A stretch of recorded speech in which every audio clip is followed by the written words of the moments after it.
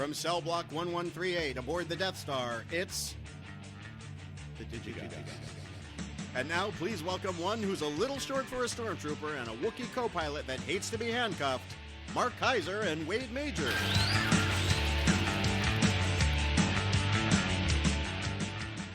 I always love a good Star Wars reference, especially that one. Corey, what great listener sent that one in? That was sent in by Mario Mendez, but I do have to point out that Princess Leia was not in Cell Block 1138. She was in AA-23. They said that 1138 was where they were bringing Chewbacca from, but they were bluffing. Huh? Did I say Mario Mendez? Okay. Thank you, Mario. You gave Corey one of his... you tripped his... you triggered him. You tripped his switch or something. Mark, yes? How was your Oscar Sunday? Actually, I know how your Oscar Sunday was. It was like, other than that, Mrs. Lincoln, how was the play? Because at 9:13, at precisely 9:13, I got 3 texts in a row, and they were in all caps. Oh my God. You know what? And you didn't respond to them. You did not respond to them. You know what? I was on the phone. I was on the other line. I was in front of Facebook. There were like a million things happening. Yours was one of like 50 things. It was all happening at once. And that was outrageous. I mean, outrageous. The Oscars were always this Mount Olympus show. And now they'll have to really try to reclaim that if they ever can. I mean, not that the Oscars will become a joke. They'll still be Mount Olympus down a peg. So here's my rough take, and I'm actually preparing an article on this, which I don't know if anybody's going to run it, but I got to get it out. It's like it's therapeutic for me. Apart from the snafu at the end, which I think was really, really unfortunate in that it screwed the evening. It screwed what was otherwise a decent show. Not a great show, but a decent show. Kimmel did a good job. Could have done without the mean tweets and the bringing the people in on the bus is kind of people like were great. The mean tweets was not great. Yeah, because he does that on his show all the time. But that's the thing. The Oscars is the Oscars. His show is his show. Let's keep the two things separate. Like Carson never hosted the Oscars as if it was an extension of the Tonight Show. He didn't come out and say, and if all the fork in the road, there was he didn't do like Karnak during the Oscars. It's a different thing, and we need to understand that. So they need to separate those two things. And the people being using them as props, I'm not so keen on that. And it turns out one was a molester, and you never know. You can't vet the people, right? It's like it's just a thing. Maybe they need intense vetting, right? Extreme vetting, is that the phrase? Extreme vetting. I think they should waterboard them to see whether they have anything in their past. So here's the thing. What's overlooked in all of this, and it's upsetting that Jenkins didn't actually get his proper Best Picture moment. It's upsetting that Emma Stone had, instead of being asked questions about, how happy are you, like she was sort of having to navigate the waters of, I like Moonlight. And no, I had the right envelope. You ruined that moment for a lot of people. So apart from all of that, this is the second worst rated Oscars in history. It is almost as bad as 2008.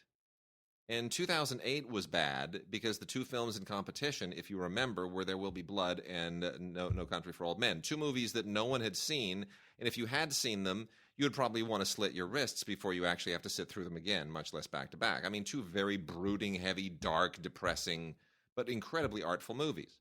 So nobody watched the Oscars that year. Almost as few people watched this year, and our population is bigger. And the fourth worst rated Oscars was last year. So we've gone from the fourth worst to the second worst. This is a terrible trend line. Moving it to Sunday ain't working. Shortening the Oscar season ain't working. Going with a cool host ain't working, and going with more than 5 nominees ain't working. None of those things are fixing the lackluster interest in the Oscar cast. And the reason being, studios do not make Oscar-caliber movies anymore. Studios have completely abdicated that space. People have heard me say this on this show, and I think this completely confirms it. When you're giving Oscars out to movies that are so much like the Spirit Awards, that even the Spirit Awards had to make their requirements more constrictive just a few years ago. You remember this, when the Spirit Awards were like, okay, well, now since the Oscars look exactly like the Spirit Awards, we need to make our indies even more indie. So now you need to have a budget, and they introduced this whole constraint of you couldn't have a budget of more than a certain amount, and you couldn't have this and that and the other thing. And so when the Oscars start to look like the Spirit Awards, and the Spirit Awards now have to look like the Slam Dance Awards, this is a bad trend line. We're going in the wrong direction. We're going in the wrong direction. And I'm not really sure how to change that. I know there's going to be a lot of theories. You know, it's all about the host. It's all about nominating Rogue One for Best Picture would have solved everything. But I don't think that's the issue. No, the issue is that studios need to do precisely what their parent companies don't want them doing, which is taking more risks, which is saying, you know what? Why did Summit get to make La La Land? Why didn't we make La La Land? Why is it that Lionsgate is making the Hunger Games movies? Why didn't we get the Hunger Games movies? Why is why, for example, are the Weinsteins doing King's Speech? Why didn't we do the King's Speech? They need to be willing to take those risks. But they're not going to take those risks to win an Oscar. Well, you know, there are ways of encouraging the studios to push back against their parent companies and say, the health of this industry depends on us having a sense of legitimacy with artists. And I've told this to people who talk about La La Land and jazz. La La Land is not about jazz. La La Land is about movies. Even the jazz stuff is about movies. Like when Ryan Gosling is talking to J.K. Simmons, and he says, "I thought this town operated on a one for you, one for me kind of thing. How about two for you, one for me? How about all for you, none for me?" Right? That crack, as funny as it is basically about the way that movies have gone. It used to be one for you and one for me. Billy Wilder, even as recently as Soderbergh, that's how that worked. It doesn't work that way anymore. There's no for you. It's like, yeah, you go talk to the Weinsteins and make that movie, but we're not going to make it for you. But if you want to come back and do, Ant-Man with us, that's great. I mean, James Gunn, there's a movie coming out soon, Little Indie, that James Gunn wrote. It's not a studio film. It's like, if you work for the studios, you're going to do Guardians. If you want to do something else, go to another company. They will not even do that movie for him as a reward. No. It's pocket change, that movie. That's it. They're like, how about instead of one for you, we just pay you more for this one? And, what director isn't going to take that deal? It's like, really? So it's either I get paid $3 million to direct this one, and you make my little movie, but since you don't want to make my little movie, you're going to pay me $5 million. All right, I'll take that deal. Why wouldn't you? On the plus side, now Summit becomes not that it wasn't already. It becomes a mini major. Well, and now they get to make good movies. Lionsgate becomes a mini major, which they are. We should point out, Summit and Lionsgate are the same company. Now, they were not previously. Lionsgate won Best Picture for Crash back in 2005. I still love Crash. I defend that movie to my dying day. And then in, 2011 when, was it Hurt Locker? 2011? Hurt Locker, yeah. Hurt Locker was Summit, right? And it was after that they merged. And so, now Lionsgate and Summit, basically the same company, two brands under the same company, kind of like Fox and Fox Searchlight, or, Sony Classics and Columbia, whatever, Columbia and TriStar. They're different labels now, have been for some time. So, it's great. It validates Summit. It was a huge gamble for them on their end of the Lionsgate Summit equation, and it's great. Look, nobody lost on Oscar night. I mean, Moonlight had the most to gain, but nobody lost anything. La La Land is a huge hit. Let's forget. La La Land now, yes, it's the most nominated film not to win Best Picture, but the movie that it beats for that record is Mary Poppins. That's not a bad company to be in. You just can't get over the fact that you lost your Oscar pool because you had that picked in 9 categories. I got 15 right. It was insane. What I'm curious about is this. Moonlight wins, okay? Yeah. Did Moonlight win because the newer, younger members of the Academy voted for Moonlight, or did they win because the older white voters of the Academy thought, if we just vote for this African-American film, everyone will get off our back about Oscar So White? We can only speculate, but here's my speculation. I think the films and the contributions that were nominated would have been nominated anyway. The nominations were not a response to Oscar So White because, as we all know, these movies are in development, for years. And so we were always going to have Moonlight. We were always going to have, in fact, the film that everybody expected to be there was Birth of a Nation, which, tanked and self-destructed. But we were always going to have Moonlight. We were always going to have Hidden Figures. We were always going to have Fences. We were always going to have Lion. All of these movies were always going to be in the mix. Okay? All of these contributions were always going to be in the mix. I do think that I'm always on record as saying that whatever wins Best Picture, it's the film of the moment. It speaks more to the temperature of the Academy. What do they value among their own at a given moment in time? What is the context that a film wins? Rocky is one of the worst Oscar winners of all time. It is. It's a terrible movie. But it was the bicentennial year. It was after Watergate. It was after the end of Vietnam. It was an election year. Worse than The Greatest Show on Earth? Greatest Show on Earth, I don't think is as bad as everyone else thinks. I really don't. It's not a good film, but it's not the worst of all time. Rocky is a really terrible Best Picture winner, especially when you look at the movies that it's up against. I mean, that year was incredible. It was an incredible year. You look at those five and you go, for Glory and Network and All the President's Men. It was amazing. That was an amazing year. Any of those would have been a better winner. Any of those. And they gave it to Rocky. Why? Because, Rocky... Underdog, bicentennial. Bicentennial, right? So you take the temperature. La La Land would have been pushing all the same buttons as The Artist just 4 years ago, okay?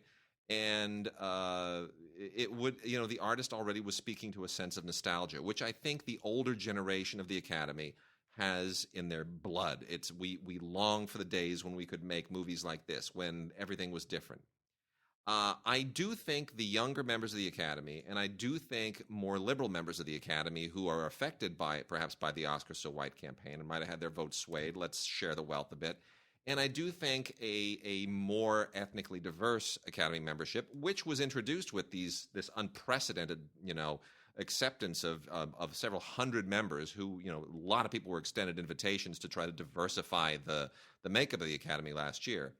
I do think that had an effect. But I think mostly what this is saying is there's a demographic in the Academy that feels like the nostalgia for the movie business represented by La La Land versus the nostalgia for the Obama years that they're projecting on Moonlight. I think the latter, in their completely apoplectic inability to comprehend Trump, probably swayed out. I do think that the Trump reaction probably had something to do with giving it to Moonlight. Now, that said, that doesn't take anything away from Moonlight. I don't think La La Land or Moonlight are the movies that people are projecting that onto. But in the context of the moment, that's what they seize onto. And I think that has an effect. So that's my read. Well, now they have something else to worry about, which is how to regain their credibility. That's the big question. Awards, that's the big question. And frankly, the answer is studios need to make Oscar-caliber movies again. They need to spend $30, $40 million per movie on 3 or 4 really, really good movies. And they need to hire creative execs that have that freedom. And then they need to basically tell the marketing people, you don't get a say in what we're choosing, but you do have to work your ass off selling these movies. And we're going to put these into thousands of theaters, and we're going to spend some money on them. We're going to platform them, and we're going to roadshow them, and we're going to do the way they used to. And the boards are just going to have to suck it up. And ultimately, really, it's not a lot of money off their backs. I mean, it would be for Paramount because they don't make anything anymore. But seriously, it has to change. It's got to change. Otherwise, this just becomes the business changes in really, really unforeseeable and unfortunate ways. I'd be curious to see whether, of course, the answer to this is never in a million years, but whether Paramount almost becomes a mini major. They knock themselves down. Now they start doing these $30 to $60 million films that get them acclaim and Oscars. Yeah, Paramount has. But they have Mission Impossible.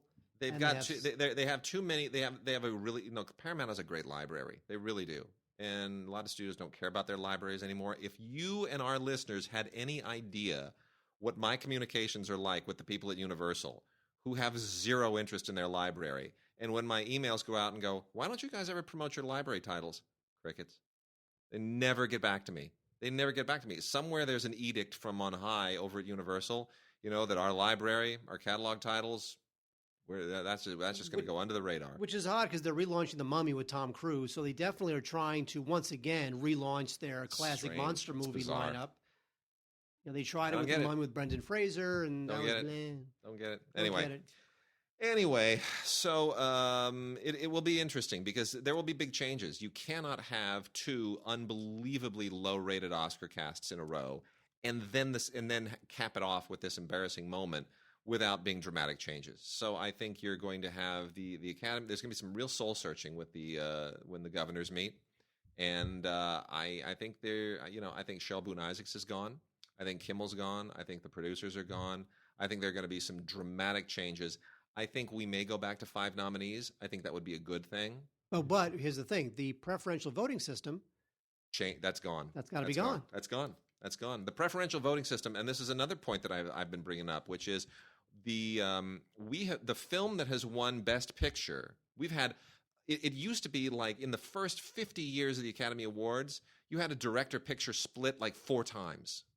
Yeah, we remember when Bruce Beresford didn't win Best Director when Driving Miss Daisy won Best Picture. It was the biggest deal in the world. It was the biggest deal in the world. In 1972, it was a huge deal. Or I mean, it was 1973, the ceremony, but it was a huge deal that The Godfather won Best Picture, but Cabaret won more awards and Best Director. Like, wow, how did that happen? This happens all the time now. We have had something like 6 or 7 consecutive Oscars where the film that wins Best Picture was not the film that won the most, or else it tied. Well, that's mathematically way more possible now with 10 film nominees. That's it. And when you have to rank, when Best Picture is not the one that gets the most votes, period, but it's based on this algorithm because people rank from 1 to 9 or 1 to 10, it changes. And it gets very, very hazy. And I don't. The Best Picture doesn't have to be the one that wins the most awards every year, but it kind of should be. It really should be. It makes it exciting. We haven't had that happen since The Hurt Locker. Well, then the 2009. The only other way to do it is to do it the old-fashioned way, which is at just one man, 5 one nominees. vote. And that's it. 5 nominees, 1 man, 1 vote. That's it. That's the way it should be. So they need to go back to that. Frankly, I think they should go back to Monday nights. I think they're going to get better ratings on Monday nights. I really do. I think Sunday night I understood, but there's too much else going on Sunday night. Monday night, the only thing they ever had to compete against was Monday Night Football, and football season is over in March anyway. So push it back to the end of March, and nothing else going on a Monday night. People race home. Do it. I agree. They should do it. I agree. It's time for change. Time for change. It'll be a later show again. It'll start at 6. It'll be midnight on the East Coast before anything really wraps up. But so what? They're not going to. New York is the number 1 market in the country. They're not going to do that to the number 1 market in the country. Well, that's how it used to be. It used to be. They're also only used to be 3 networks. Yeah, but so you don't want to alienate people when they can easily either go to sleep or click to something else. I think they need to, and you need to get together with the studio heads. You need to say, seriously, Uncle, please, what do we need to do to get you guys to make some serious movies? I mean, really, make more. What do we need to do to get more Moneyball, more Fences? But how is that going to increase the ratings of the Oscars? Let's say Paramount made Lion. Yeah. Let's say Universal made Hell or High Water. Yeah. Because they would have except for marketing dollars. Well, that's it. No, they would have put those into 3,000 screens instead of 300 screens. Maybe they would have platformed it. Maybe they would have platformed it. They could have platformed it, but even when you platform something, you're still spending tens of millions of dollars every week to get people jazzed up. When's it coming to my town? That's the whole point of platforming, is to sort of, amp up the anticipation, to blow the balloon up so that when you finally let it go, it just run like, oh my gosh, I've been seeing ads for that forever and I've been waiting for it and now it's finally here. Well, then maybe maybe the studios should just be distribution partners in a lot of these films, which they are already. Well, that move already started happening 30 years ago. Yeah, so somebody else can make it. Universal picks it up, as happens all the time, especially at festivals. Yeah. Universal picks it up, and they distribute the hell out of it. Yeah, do it. Seriously, come on. Because they're not going to make those movies. They're not going to make the $30 to $60 million Oscar bait films. All right. Speaking of, Moana's out. I do not have Moana in front of me because my daughter will not let it go. But I will tell you, it's pretty great. It's a great movie. Parts of it make absolutely no sense. I mean, Moana's a little bit of a mess of a script. Didn't really all fall together. There's like the giant boat with these little midget people who wear masks on it. Comes out of the blue and goes nowhere. It's just a set piece for the hell of a set piece. But you know what? My daughter loves Moana.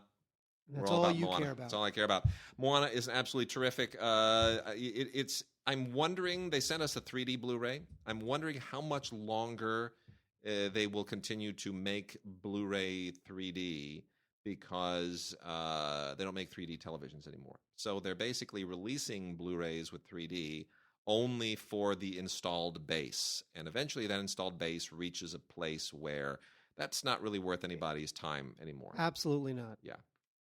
So anyway, perfectly fine. I prefer it regular Blu-ray, as I do most things, and it is just it is loaded with extras, deleted song, deleted scenes, a really great little mini movie. It's just terrific. Everything on Moana is terrific. The sound is staggering. The songs, I think, are better than people gave them credit for, and Dwayne Johnson can sing. Who knew? Seriously. You know, it's funny too. My daughter is at last becoming very aware of the fact that not all Disney princesses are alike. And you know Disney made a concerted effort to make sure about 5, 7, 10 years ago that all their Disney princesses were no longer white, blonde. My daughter now understands that the Disney princesses are different, and she can put them into two different groups. Those that have short sleeves and those that have long sleeves. And I'm not kidding. I'm serious. She separates them. I got her little dolls, and she takes Tiana and Snow White and Moana and Alice in Wonderland, who's part of the princesses. They all have short sleeves. They all go over here, and then you've got Jasmine and Cinderella and Belle. They all have long sleeves. They go over here. It's the funniest thing in the world. Speaking of Belle, I saw Beauty and the Beast. Yes, how is it an exclusively gay Beauty and the Beast? It is not. You know what? It's so funny. It's like Outfest Beauty and the Beast, right? It really is. You know what? There is so much rambling gay sex you would not even believe it. That's what I've heard. It's like yeah, but it toes the lines so beautifully. That I hear that Belle is trans and Beast. Well, the Beast is he's a bear. Yeah, right. Gay exactly. He's a bear. Yeah. Yeah, because the gay thing is so interesting because if you are gay yourself or you're sympathetic to those causes, you will see Josh Gad's character as being gay. Yeah. If you are not, then you will either be offended or you'll just think it's being played for laughs, which really is almost more offensive to me because if you're going to have a gay character in a Disney film, have him be gay. Don't play him for laughs. So some of it kind of depends on your approach to gay issues and homosexuality. But the film, as I told Wade before the show, is essentially the film pretty much answers the question, what would the animated film look like if it were live action? Yeah. And when it was over, I said, okay, now I know. Yeah. That was it. Well, as long as we're on the subject, before we get back to Beauty and the Beast, which, by the way, I'll say what I have to say in just a moment. We have a couple of LGBT titles, both from Wolf. Departure, filmed by Andrew Stegel. Actually fairly very, very nicely done, but otherwise somewhat routine, quote unquote, struggling with one's sexuality movie, which is what a lot of these films are. But this is actually quite well done about a teenage kid and a debut filmmaker. This Stegel guy and does a very, very good job. And it is just basically a family drama with some very, very decent performances. This one made the festival rounds a little bit. And then this one is actually kind of not very good, but it's funny enough.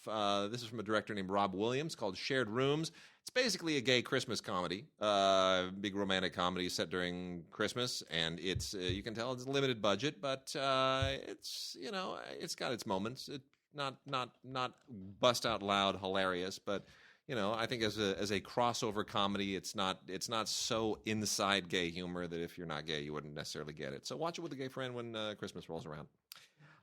So here's what I have to say. Disney made a big, giant mistake. All of this stuff with Beauty and the Beast erupted when Condon and the actors did interviews for a cover story with an English gay magazine.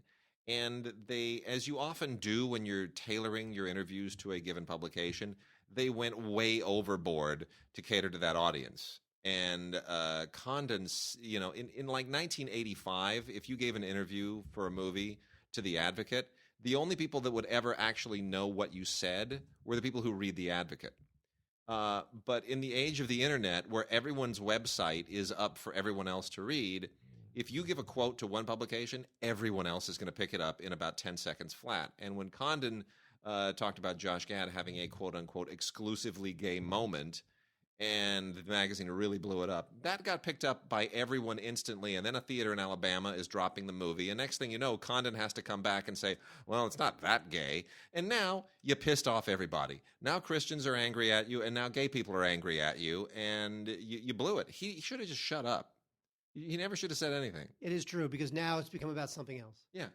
It's really messed up, and Disney has so much riding on this movie.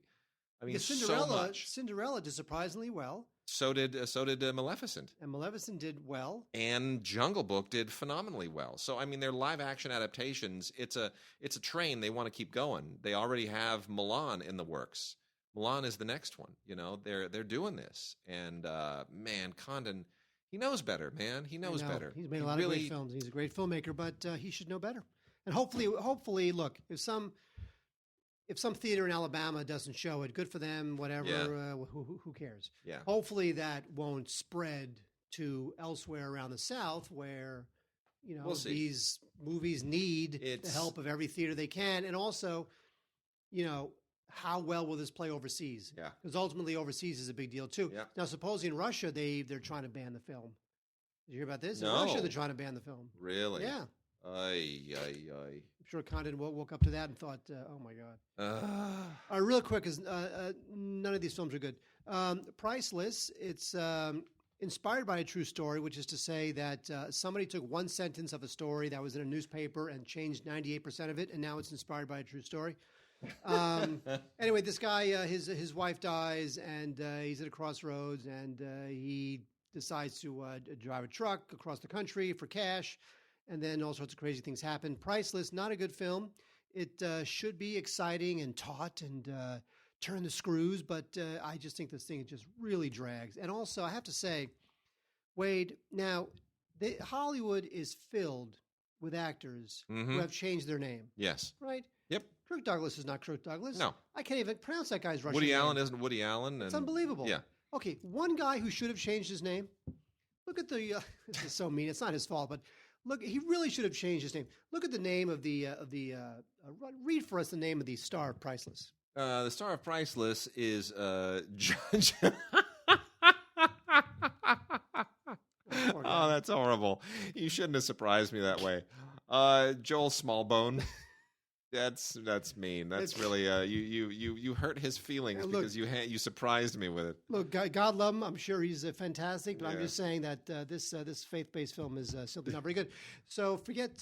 Hopefully, Mr. Smallbone. That's a faith-based film on top of everything else. Yes, and you should have faith that the movie's not very good. Goodness. Shia LaBeouf stars in a film called Man Down. Now if it's got Shia LaBeouf and Gary Oldman and Kate Mara, and it barely comes out.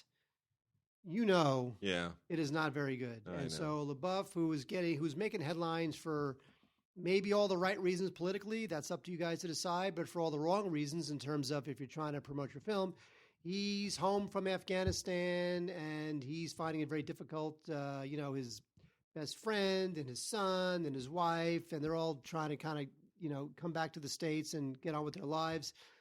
And it's got these weird, like, post-apocalyptic overtones to it, and it tries to give, like, kind of this poignant message about mental health and mental health of our veterans, but the thing was very kind of exploitative and overwrought, and I really did not like it, and I'm having trouble now separating Shia LaBeouf, the actor, from Shia LaBeouf, the freak.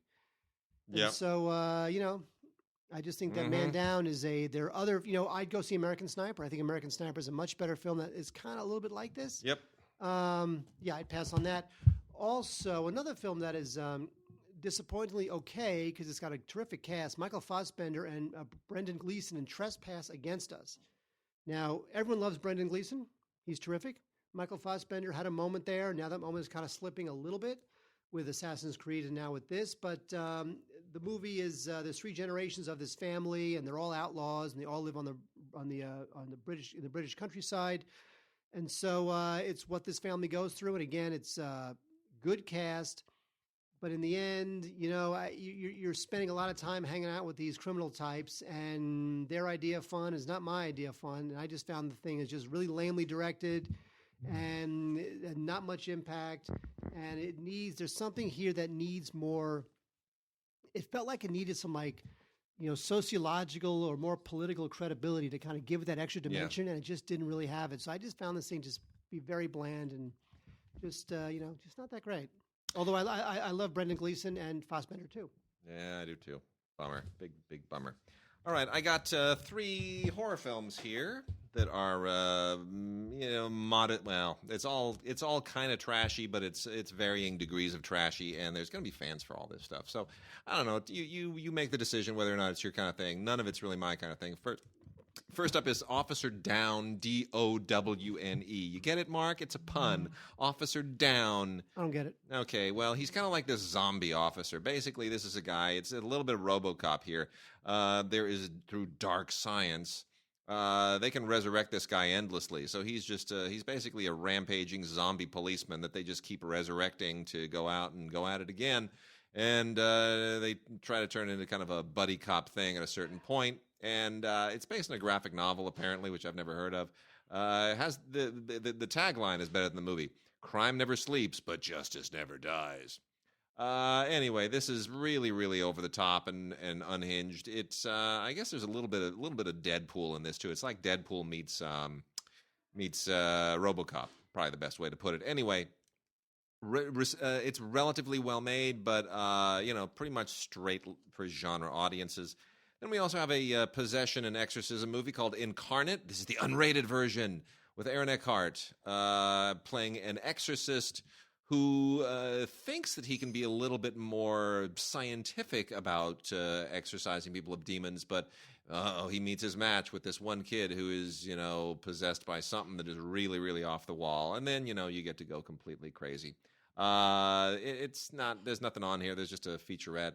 And it's strictly for people who like this kind of thing. And then the last one is The Eyes of My Mother, which is from Magnet and Magnolia. This is probably the best of all of these. This is interesting. It kind of loses its steam at the end, but it's basically about a young woman scarred as a child by the way that she was raised by her surgeon mother. I will give you no other details. The revelations in this thing are very smart. Again, it really only goes off the rails at the end, but it's pretty interesting. And it has an interview with the director, Nicholas Pesce, which I think means fish in Italian or something. Anyway, and it's got some stills. All of these are on Blu-ray, and genre fans should have a nice, fun post-Oscars month. Wait, I'm trying to get rid of this chocolate peanut butter ice cream. Okay, I'll twist my arm. Well, here's the thing. I had dental surgery on Wednesday. Oh, yeah. I had an implant installed. Is that why your face looks so puffy? Yes, it is, Wade. It's why my face looks so goddamn puffy. And so $7,000 later, implant sinus lift, $7,000. Mm-hmm. That sucks. Which my insurance only covers like $1,500. So That's basically, lame. I will be staying home a lot. Wow. For the next 5 years. Lame. However, I can't talk about Rules Don't Apply, which is Warren Beatty's first film in like 73 years. And he's wanted to make a movie about Howard Hughes for so long. And as you know, Warren Beatty is the ultimate Hollywood ditherer. Yeah. He will think about and ruminate over a film for so long that 25 years will pass before he makes it, which brings us to Rules Don't Apply. And the funny thing is that I guarantee that when he first thought about making a movie about Howard Hughes, it would be a movie about Howard Hughes. But he took so long, and he is now so old, that if he were to make a movie about Howard Hughes, I don't know that people would buy it. You'd have to have 3 other actors playing him as a young man. But now he's got to make the movie about these 2 other people, this young actress and Howard Hughes' driver, played by Lily Collins and Aiden Aldenreich, and how Howard Hughes is sort of this shadow figure and trying to help bring them together. So in a way, now Howard Hughes is sort of this background, in a way, supporting figure, when really you just know that Warren is like, I just want to make it about Howard Hughes. That's all I care about. Which is really good ice cream. Thank you. That's how I felt about the movie. You liked it? No. I thought the ice cream I was eating while I was watching it was good. So I just think that it's not bad, but it's white bread, right? I don't think this is the film that he wanted to make. No. I think he wanted to make his ultimate Howard Hughes film, but in the end, he's so damn old, and he's too old to woo the girl. So he's got to find a young character. He's got to create a young character to woo the girl instead, and that's Aiden Aldenreich, who's the new Han Solo, and he's terrific. Would you rather go out being the guy who screwed up the most important moment in Oscar history, or the guy who made this movie? See, What's more embarrassing? The problem is that if this movie, people don't remember this movie anymore. It's already gone. 30 million people watch, or 32 million people watched the Oscars, watched them screw up. 32 million people didn't see this movie. No, but if this movie came out now, people would say another screw up for Warren Beatty. Off the heels of the Oscars, here comes his first film in 20 years. Rules don't apply, and it's just as bad as the Oscars. You know what I mean? Like this almost would have gotten more attention, if negative attention. So I just, this film is just, it was very disappointing, and at his age, I'm afraid that's pretty much it for him. Yeah, especially now. All right. So Open Road, who won Best Picture last year for Spotlight, went from Spotlight to Moonlight. If you want to win Best Picture next year, put light in your title. Daylight, if there's name your movie Daylight, something. Anyway, Open Road, who financed and released Spotlight last year, making them the youngest company ever to go from inception to Best Picture winner in history. We have Amazon, Netflix, Open Road, all these players, and distributors too. A24 and Annapurna, all these exciting new players. I know, it's great. Amazon's like an Oscar-winning movie company. I know, it's crazy, right? So anyway, Open Road, their big attempt at an Oscar contender this year didn't really pan out. It was Bleed for This with Miles Teller and Aaron Eckhart again. This is actually a really good movie. I'm not quite sure why this didn't pan out. Miles Teller, who, by the way, was originally supposed to play the Ryan Gosling part in La La Land. It would have won. It wouldn't have been as good. I'm glad he did this, and I'm glad that Emma, what's-her-name, went on to do Beauty and the Beast, because that was the original pairing that was going to be in La La Land, and that wouldn't have worked. By the way, people say, oh, if it was Miles Teller, then he would have starred in an Oscar-winning picture. But it would have been a different film. Yeah. And it may not have been as good. And it's funny, too, because Ryan Gosling, to me, was the weak link in that film. And it was still nominated for 14 Oscars. This is basically a true story of a guy who was a boxer and then who suffered an auto accident that severed his spine and had to make what was a near impossible recovery to box again. So this is not one of those will he or will he not win the fight movies. This is will he or will he not actually recover his life movies. It makes it a little different. Not a conventional boxing movie. It is a very, very good film. And it's on Ultraviolet as well. And Miles Teller continues to just surprise me. He's a much better actor than I'm ever willing to give him credit for. Every time I think he's hit the limit of his range, he pushes and he goes somewhere else. So Bleed for This, which also includes deleted scenes. And it's Ultraviolet and Blu-ray and DVD all on the same package. Very, very good. Good stuff. We have a thing called New Life, which is a little indie that probably deserves a little bit of love and attention. New Life is kind of one of those gentle, soft. I don't know why do I always forget the guy's name? The Nicholas Sparks. It's kind of Nicholas Sparks-ish. Yawn. But this is but it's not. But it gets a little bit more real at a certain point. It has a very, very good cast. Some great sporting performances by like Terry O'Quinn shows up in this thing. He's always very, very good. A little bit scary and intimidating, but has a great face. Anyway, basically two people who, grew up as kids, guy and a girl, and eventually, have a romance as adults, and then something happens, and I won't tell you what happens. But it's really good. I enjoyed it. I thought it was very, very good. Jonathan Patrick Moore and Aaron Bethea. Very, very good. Never seen either of them before, but I thought there's some good stuff to it. And then we have a movie that I absolutely detest. I despise everything about this movie, Ice Age, The Great Egg-Scapade. Absolutely horrible. Dreadful. Dreadful, dreadful, dreadful. There's nothing good about this. This is just, more nonsense from the whole Ice Age thing. I can't. I thought Collision Course was bad, and this is just nonsense. This is just trying to get an Easter thing going. I'm so done with Scrat and everything to do with this world. Why do they keep making these movies? Because Ice Age is huge overseas for some bizarre, strange, insane reason. I don't know. And then Mark, I'm going to let you you like that a whole lot better than I do, so you can lead on that. I love my ice cream. Idris Elba making a lot of movies that go straight to DVD these days, but they're all pretty good, to be honest. Yeah, but he's awesome. I wish he wouldn't do that. He's great. I know. I wish he wouldn't do it either, but they're throwing money at him, and as long as they're doing that, boat payments, right? Like he used to always say. This is a British film. Idris Elba, Gemma Arterton, who I also adore, along with Tom Cullen, Franz Drama. It's not a thriller per se. It's a little bit more of kind of a gentle version of Crash set in London. Maybe that's the best way of putting it.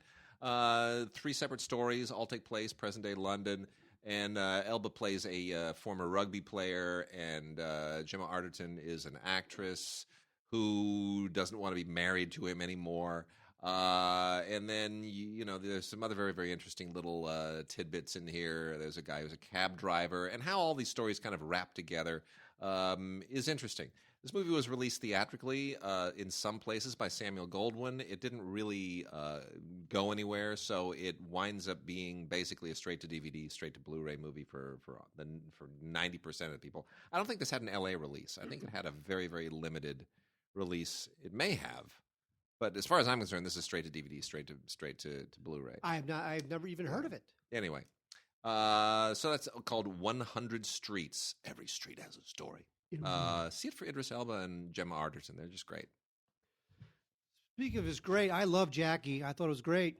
I love this film. An extremely unconventional biopic. This is not like Jacqueline Smith playing Jackie Onassis. Yeah. This is really more like, when somebody dies is obviously... most of us know, and if you don't know, I'm sorry when you find out someday, that the first few days you're almost in like this haze. Yeah. It's like you're covered in gauze. Right. And that's what this movie is. Yes. This movie just wanders around in a daze as she tries to come to grips with what happened, as not only as a person, but as a first lady, as the wife of the president, and all the pressure that's on her. And the music and the drifting camera, and I don't even know that it needed the framing device. The framing device is the thing that drove me crazy. I'll tell you. But that's the only thing that allows her to articulate her feelings. Otherwise, she's not ready to do that yet. I know. It still bothers me. Still bugs me. I've never liked that framing device. I have forgiven it twice. Only because Lawrence of Arabia. No, Lawrence of Arabia doesn't have that. Dr. Zhivago has that framing device, kind of. It's not a journalist interviewing, but it's Alec Guinness. But Zhivago does it in a very interesting way, and it's much more subtle. The one that really shamelessly does it is Chaplin, and the makeup is terrible. On Robert Downey Jr. is the old age makeup. It's ridiculous. It's horrible. That entire framing device in Chaplin is just dreadful. The rest of the movie is great. Here, the framing device isn't dreadful; it's just lame, and the rest of the movie has spots of really good stuff. Two of my other problems with it, her accent comes and goes. She kind of overdoes it a little bit. The sequence where they recreate the aftermath of the assassination is astonishing. That is amazing filmmaking. It really is. It's great stuff. That shot where the camera goes over the cars, my gosh, going down the highway. Tremendous. But that whole sequence, everything related to that is really impressive. But the guy that they cast as JFK, he's like 5'1". Are you kidding me? They went and found a guy who actually looks like JFK, like literally looks like him, exactly like him. Where's Bruce Greenwood? We need Bruce Greenwood. We need Bruce Greenwood, exactly. But looking like him is not the thing. You have to convincingly be him, even if you don't look like him. Bruce Greenwood.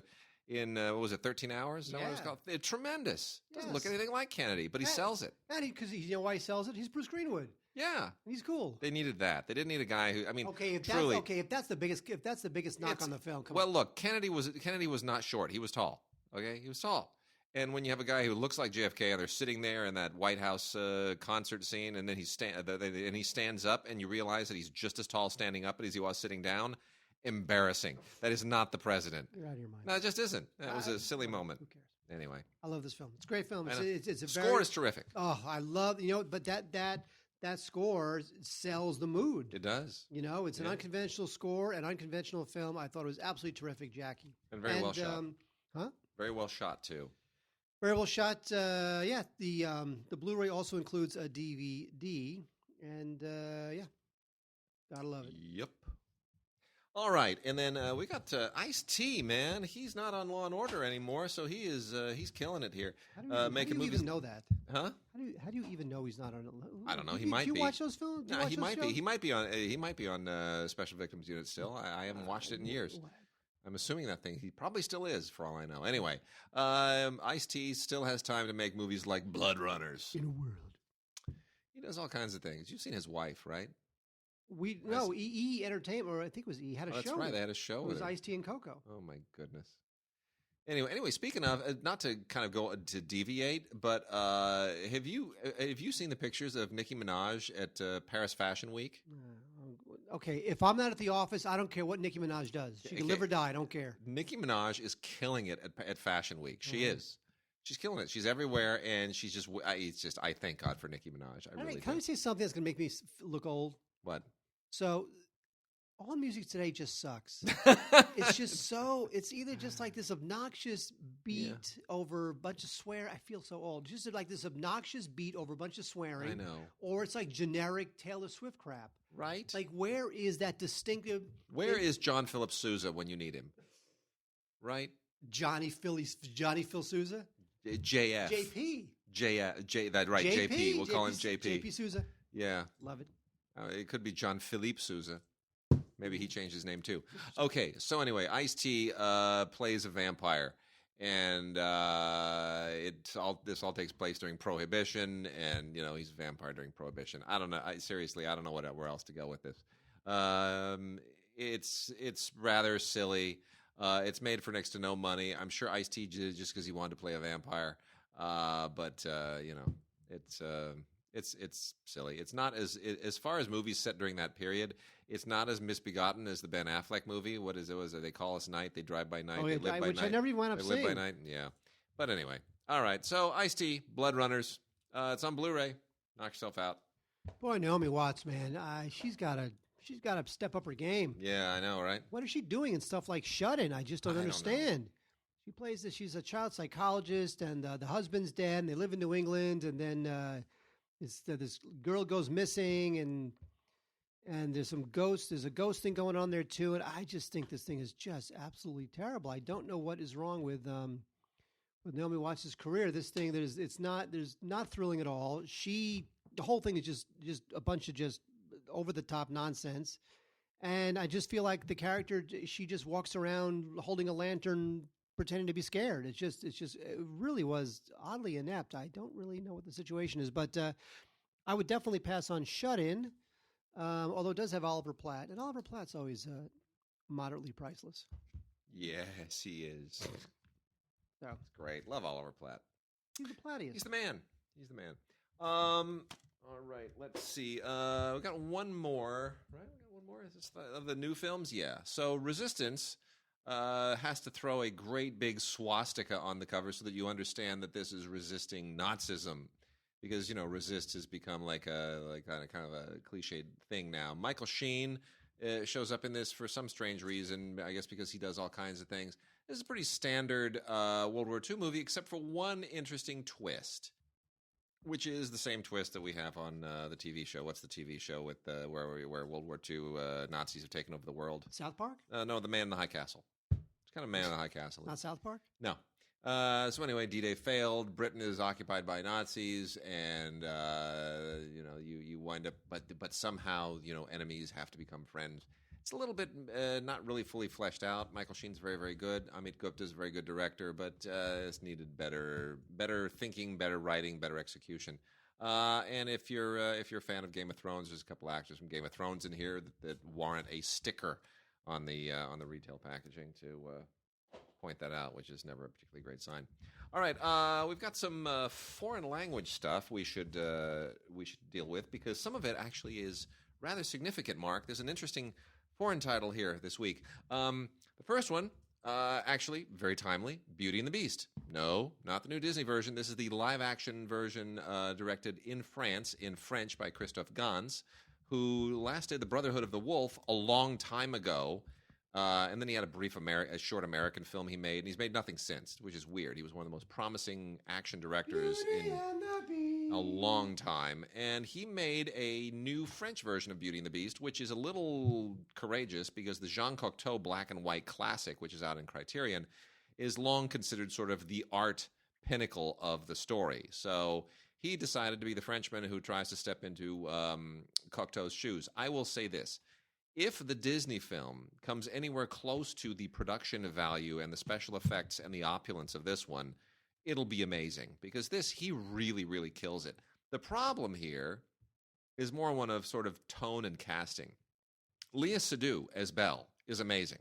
Could I just say that? Emma Watson was not. She was fine. She was. Well, this is not musical. This is a much grittier version. This is not the Disney version. This is grittier and tougher and follows a very, very different narrative ultimately. But Léa Seydoux is amazing. I mean, amazing. She is the Belle that I have always dreamed of having. It is amazing. But as the Prince and the Beast, Vincent Cassel, it's a little tough. That's a tough one for me. And I love Vincent Cassel.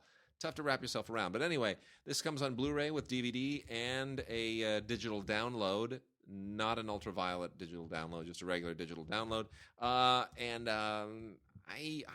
think this is imperfect, but incredibly well done. So I'm going to recommend it. And then we've also got great classic of French cinema, Maurice Pialat's Police with Gérard Depardieu and Sophie Marceau. And, of course, the great Sandrine Bonnaire. This is from Olive Films. Good for them for picking this up. What a great pickup. This really is just such a cool film from 1985, kind of a golden era of French cinema. Those mid-'80s movies are just really, really terrific. And, Pialat was sort of in his prime at this point, leading up to his eventual Palme d'Or, Under the Son of Satan, which sort of marked the end of his career in many respects. But anyway, it's really, really great. Depardieu plays a really, really just tough,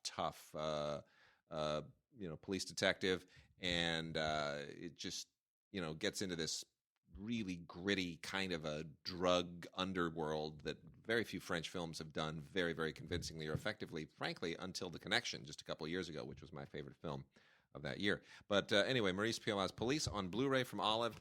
Great, great movie. And then Oscar, I'll give two more here before I turn it back over to Mark. The Oscar contender for Belgium was the Ardennes. Did not get a nomination, but this was at Toronto and a few other festivals.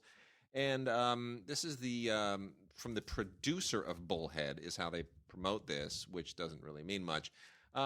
This is a this doesn't really make you want to go to Belgium, to be honest. But it is. This is about two brothers, Flemish brothers, and they have a very spotty background. Their mom. They live just they're kind of the scummy population of Belgium, and how do I not give some crucial stuff away here? Mm-hmm. So there's a crime that they're going to commit, and things go wrong. And they have to try to cover up for the crime, and that takes you down a rather, rather nasty, labyrinthine hole of twisted events. It's very well done, very dark. Comes with a short film on it called Injury Time, which is also a Flemish film, and has a commentary by the director, Robin Pront, and actor Kevin Janssens. And a little making-of featurette and then an interview. Probably too dark to have gotten an Oscar nomination, but still worth watching if you don't mind movies going really, really dark and nasty at the end. We got, what do you got there? Well, go ahead. I'll let you go. I want to spend some time on this when we get it. So carry on. All right, well, we have a interesting film here that I took a little look at called We Are the Flesh. It's interesting slice of Mexican cinema. Now, we don't really talk much about Mexican films much anymore. I don't know why is that, Wade? I don't know. But anyway, this thing, it's got like this. It's a post-apocalyptic thing where this brother and sister, they wind up taking refuge with this strange guy who puts them to work, and it tries to be. There's a lot of symbolism involved about.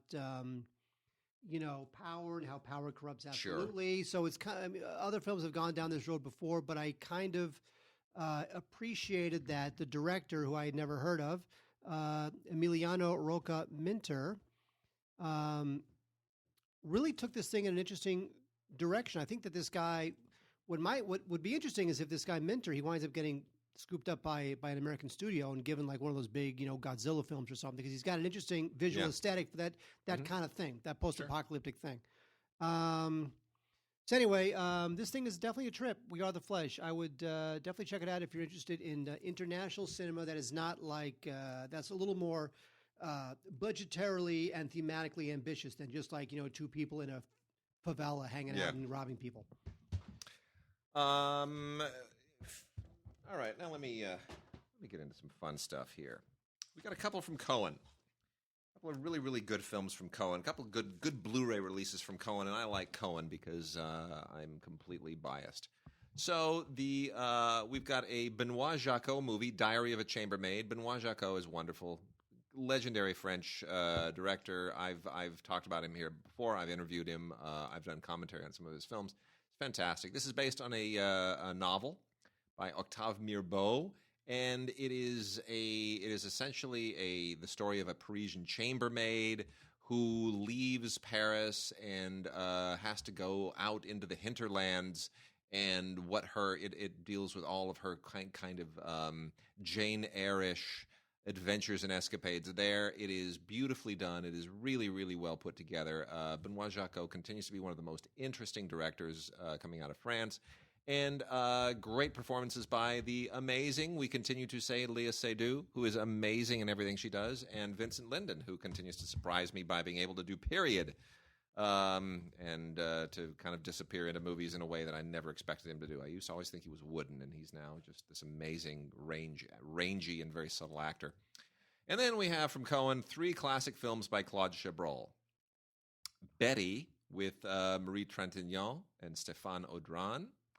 The spectacularly cool The Swindle, starring Oscar nominee Isabelle Huppert, right, and François Cluzet, who everyone loves. And then Torment, otherwise known as L'Enfer, with Emmanuel Béart, which is based on the original Henri-Georges Clouzot film that was discontinued, that never really was properly finished. So he took that original script and made it. Rather extraordinarily well, very much in the Claude Chabrol vein. It's not Clouzot's Torment. It is very much Chabrol's, but it is great just the same. Here's what's amazing about these 3 films. Could I tell you what's amazing about these 3 films? No. Is that Torment, a.k.a. L'Enfer, and The Swindle both have awesome commentaries by Wade and Andy. That's what they have. And we did these a while ago, so I'm glad they're finally out. Andy and I sat and did these 2 commentaries. And I should point out that Andy and I, and FX as well, we did commentaries on other Chabrol films many years ago for a different company, and so we are the Chabrol experts, I guess. Anyway, I always enjoy talking about Chabrol films. I think The Swindle is fantastic. Isabelle Huppert plays her usual kind of psychotic ice queen here, but she does it just so beautifully. And Betty is a classic as well. 3 great Chabrol films. Cannot take anything away from those. I'm proud to have done the commentaries. Totally biased. Go buy it. And we have 3 very, very interesting ones here. I'll start off with a Criterion. Mark's got another Criterion over there that's probably going to be more of interest. But anyway, from 1978, The Tree of Wooden Clogs, by the great Italian director Ermanno Olmi. Olmi, a nice, restrained, poetic, almost Scandinavian-styled Italian director. This takes place in just before the turn of the century. It's just about working class Italian people in this province who are basically kind of sharecroppers. This won the Palme d'Or in 1978. It is an absolutely beautiful, beautiful movie. It's just heartfelt and extremely touching, and it feels almost like an Ingmar Bergman film in many respects. I just think the world of it. I think it's really, really good. One of the great films from the 70s. That's on Blu-ray from Criterion. And then we also have a movie that I was really fond of, and I'm getting more fond of. This is called In Order of Disappearance. This is meant to be funnier than I think it actually is. This is a Swedish film starring Stellan Skarsgård as a guy who basically drives a snowplow. That's basically his job. He's just a wonderful citizen. He's winning an award, at the beginning of the movie for being just like Citizen of the Year, which is your first clue that by the end of the movie he's going to be anything but a good citizen. Because characters have arcs, right? Anyway, his son is murdered, and his son had a bit of a checkered past with drugs and hung out with some shady people. And suddenly the Citizen of the Year decides that he is going to go and wreak unholy, just Bronson, Dirty Harry type vengeance on the people responsible for his son dying, which includes, which includes Serbian drug dealers and a Swedish drug kingpin who has his own very bizarre life. And the In Order of Disappearance title refers to all the people that he kills. And they literally count them down in the order of their disappearance because he leaves no trace because he's a snowplow guy. Anyway, I really enjoyed this movie. It is dark. It is funny. It actually gets better the more you think about it. I really enjoyed it. Hans Petter Molund directed it, who of course is another one of the very, very fine directors working out of the Great White North these days of Europe. And Spa Night from Strand, not on Blu-ray. This is on DVD only.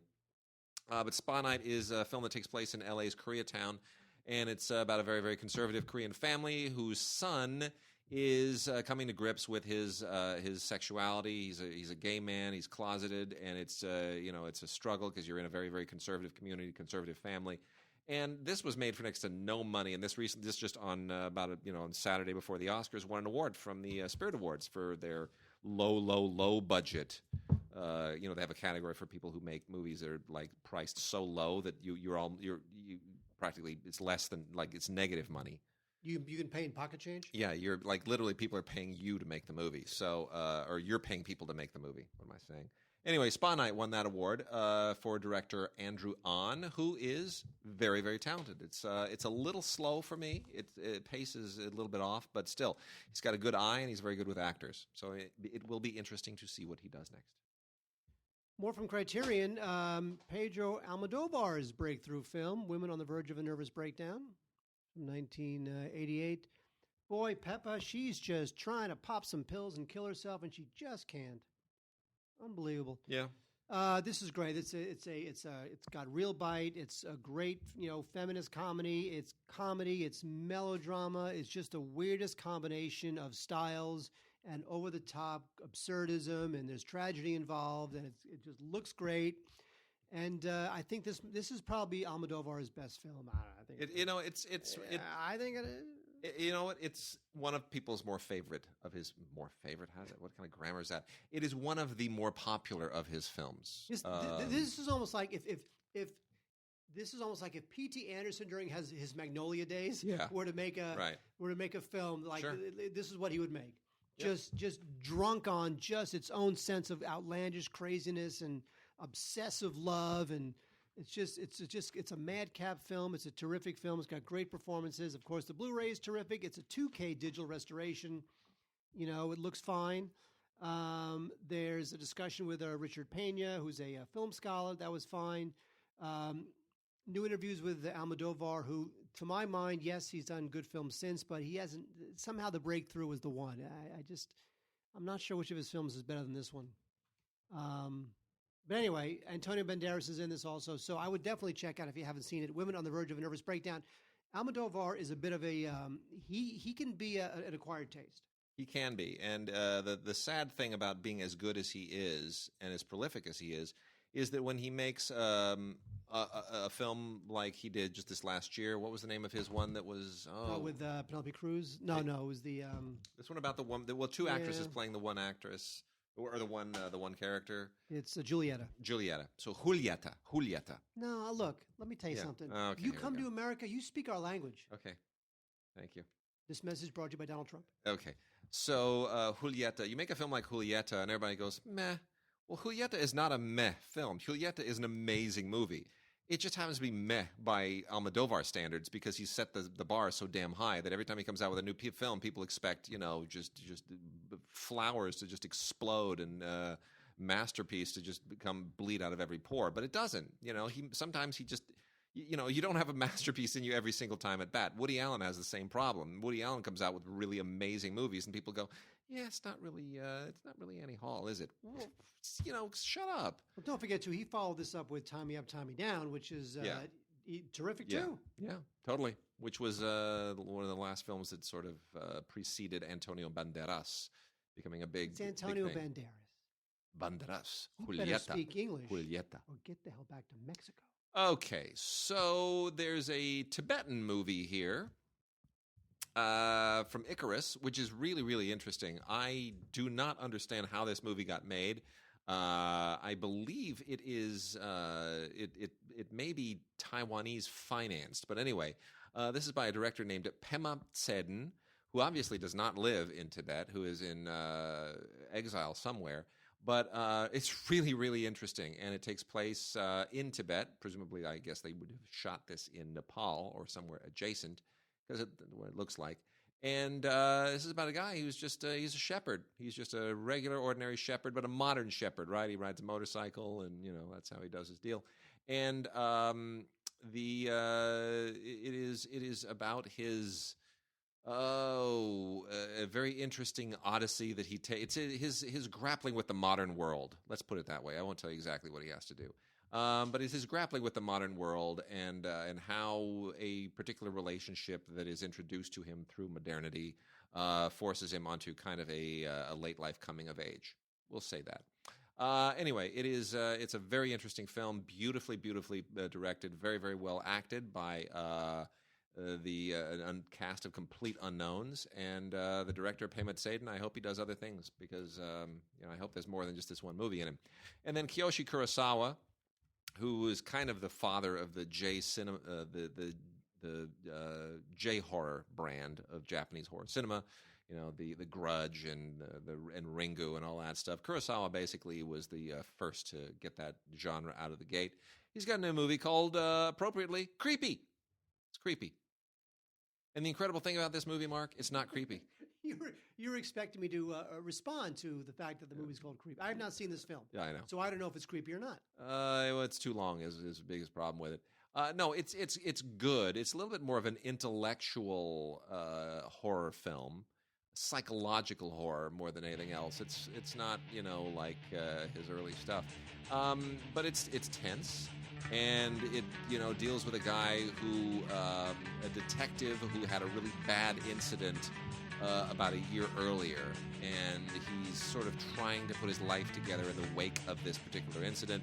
And then something happens that causes the incident of a year prior to become a factor in his life again.